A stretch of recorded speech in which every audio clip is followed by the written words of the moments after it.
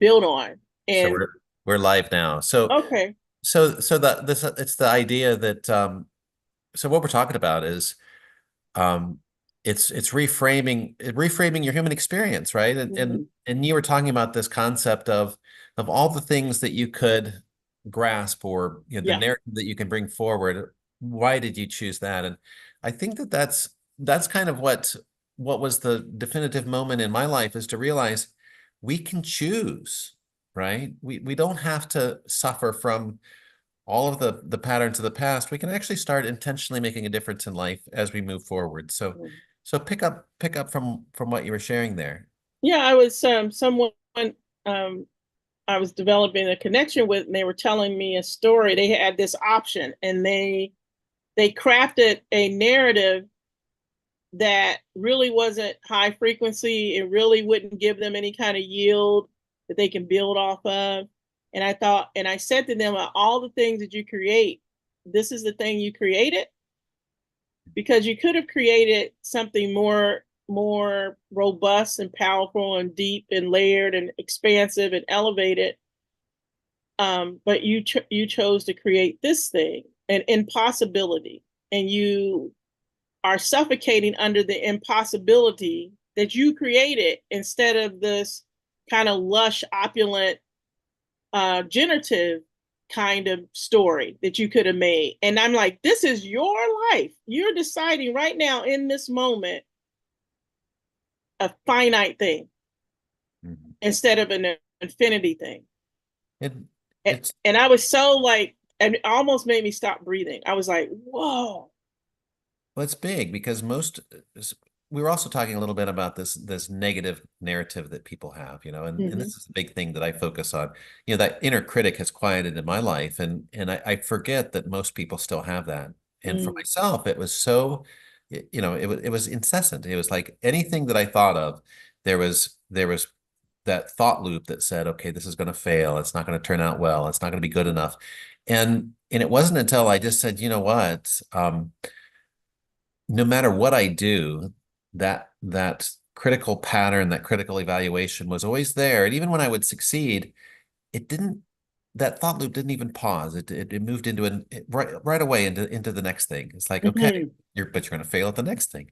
And and what I realized is, it's like, I had to say you're fired. And for myself, it was this idea of we we we don't recognize the power that we have over self-regulating our own thoughts. Mm-hmm. And so often we've gotten into this pattern, and it may have been founded in childhood or past traumas or past experiences.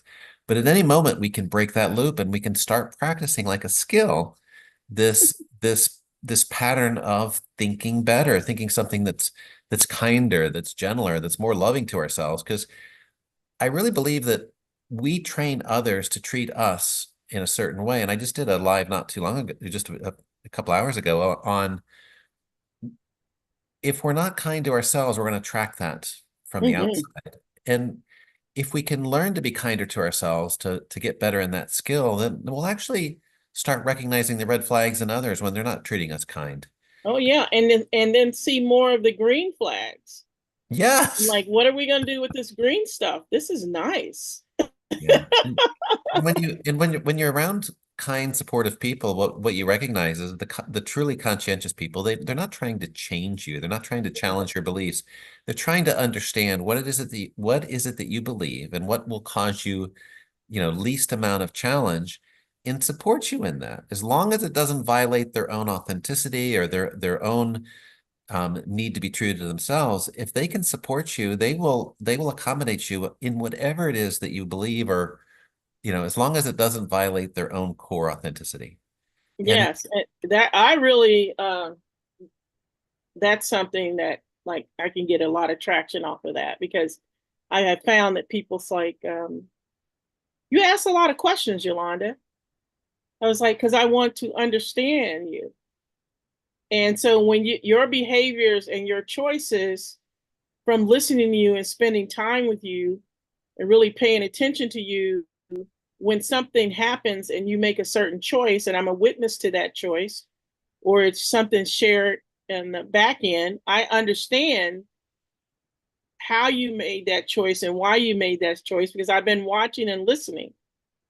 I have this thing I say about sugar's never been salt. Salt ain't never been sugar. Everything has a property. I do not expect a brick to be a marshmallow.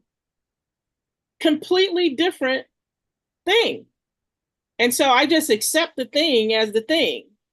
And so if you have a particular thing as a human being, and I've been witnessing you and I've been listening to you, I've been co-creating and collaborating with you and, observing, a lot of stuff is not going to be a surprise to me because I've been present with you. So I get why you're doing that. With our kids or our spouse or something, they're kind of hangry. We get it. So you can start to say, are you hungry? Are you sleepy? Did someone hurt your feelings? But it also there's a couple things there that are really important. One, it's a presupposition that we have a choice. Mm, Two, when those emotions come forward, you're not instantly judging them. mm-mm. And in some cases, you're saying, okay, are you intentionally this way, or or is it body chemistry? Is it something else that's influencing it? And that also brings in this idea that, well, you can be angry if you want, but if you want it, if you're hungry, I can make some food for Yes, yes, yes. And are you a little? I say sometimes I get frothed up, and I was so I'm just using my like vocabulary. So sometimes when somebody's frothed up, and I'm going, this person hurting your feelings. You feel like somebody's hurting your feelings. You feel like you don't have the bandwidth, or you don't have the sense of agency to block them. So you're just being indifferent in the moment, and then you come home and you're real frothed up because you've you. had nowhere to put that energy.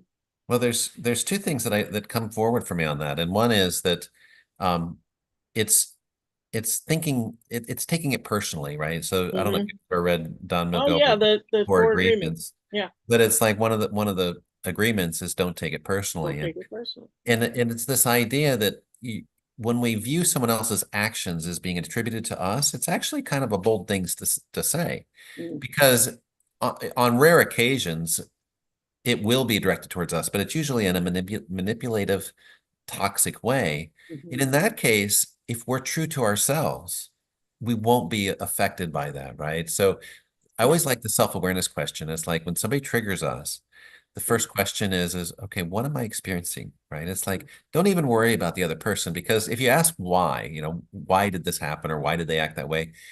Your brain will probably latch onto a justified reason for you being upset. Now you're stuck in this being upset loop. But if you can take it within, take it internally and say, okay, what just happened here? What triggered me? What am I actually feeling in this moment?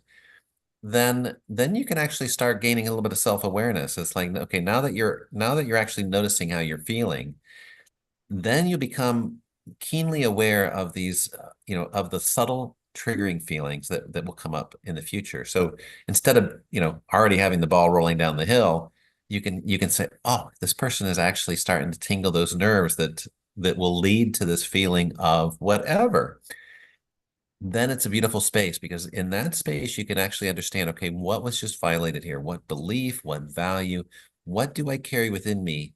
And and it's this idea of, is it my belief? Is it true to me? Or is it just something I adopted from a parent, right? Mm-hmm. And if it's not your belief, then you just discard it, and you'll never be triggered and upset by that thought again. But if it is important to you, then you can say, okay, we need to establish a boundary here because I don't like being upset. How are we going to deal with this? And we do get better with establishing boundaries. In the beginning, we're like little children. It's like, I'll never talk to you again. Well, that doesn't always work. I'm taking my marbles and I'm out of here. Yeah. Oh, So, good. Yolanda, tell me about you. Who are you? Well, can we pause a minute? Would that be good? Okay, let me pause 1 second.